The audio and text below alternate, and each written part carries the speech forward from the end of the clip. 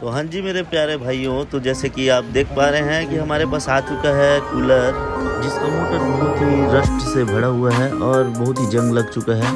तो जैसे लोहे लोहे को काटता है, जहर जहर को काटता है, वैसे ही पानी से लगा हुआ जंग इसके पानी से ही निकलेगा। तो वीडियो को आखिरी तक जरूर देखिएगा दोस्तों। और हम लोगों ने इसमें जंग लगा हुआ जो नट है उसको किस तरीके से निकाला विथ पानी के साथ में, तो आखिरी तक जरूर देखिए। अगर आपके भी घर में कुछ जंग लगा हुआ सामान है और उसका नट वगैरह खुल नहीं रहा होगा तो किस तरीके से निकलता है और इसको हम लोग बनाकर रेडी करते हैं। तो वीडियो में बने रहिएगा और वीडियो को आखिरी तक जरूर देखिएगा कि किस तरीके से हम लोगों ने इसका जो कूलर का मोटर है उसको हम लोगों ने बनाया और किस तरीके से इसके नट वगैरह को हम लोगों ने खोला। तो आखिरी तक जरूर देखिएगा और वीडियो पसंद आए तो लाइक कर दीजिएगा, शेयर कर दीजिएगा और कमेंट करना ना भूलें हमारे चैनल को। तो जैसे कि गाइस यहाँ पर हम पानी को पीकर भी आपको दिखा रहे हैं कि हम जिस पानी से आपको यहाँ नट को खोल कर दिखाएंगे वो पानी ही है। क्या है, कुछ लोगों को कुछ अलग चीज़ लगेगी, स्प्राइट वगैरह है या कुछ और है, तो बाकी हम लोग पानी से ही खोल रहे हैं। तो कैसे खोलेंगे वो आपको आखिरी तक जरूर देखना है।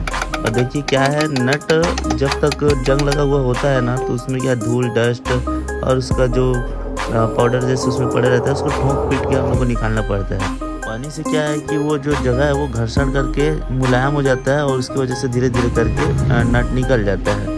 तो देख सकते हो हम लोग धीरे धीरे करके नट को डाल रहे हैं और ध्यान रखते हुए आप लोग भी डालिएगा। अगर आप अपने कूलर का मोटर को निकाल रहे होगे तो अगर नट में जंग लगा है तो मोटर पे पानी नहीं जाना चाहिए। मोटर अगर अंदर में पानी चले गया तो फिर ये जंग लगा है वो शॉर्ट भी हो सकता है। तो इस वजह से इसको ध्यान रखते हुए आप लोग को निकालना है।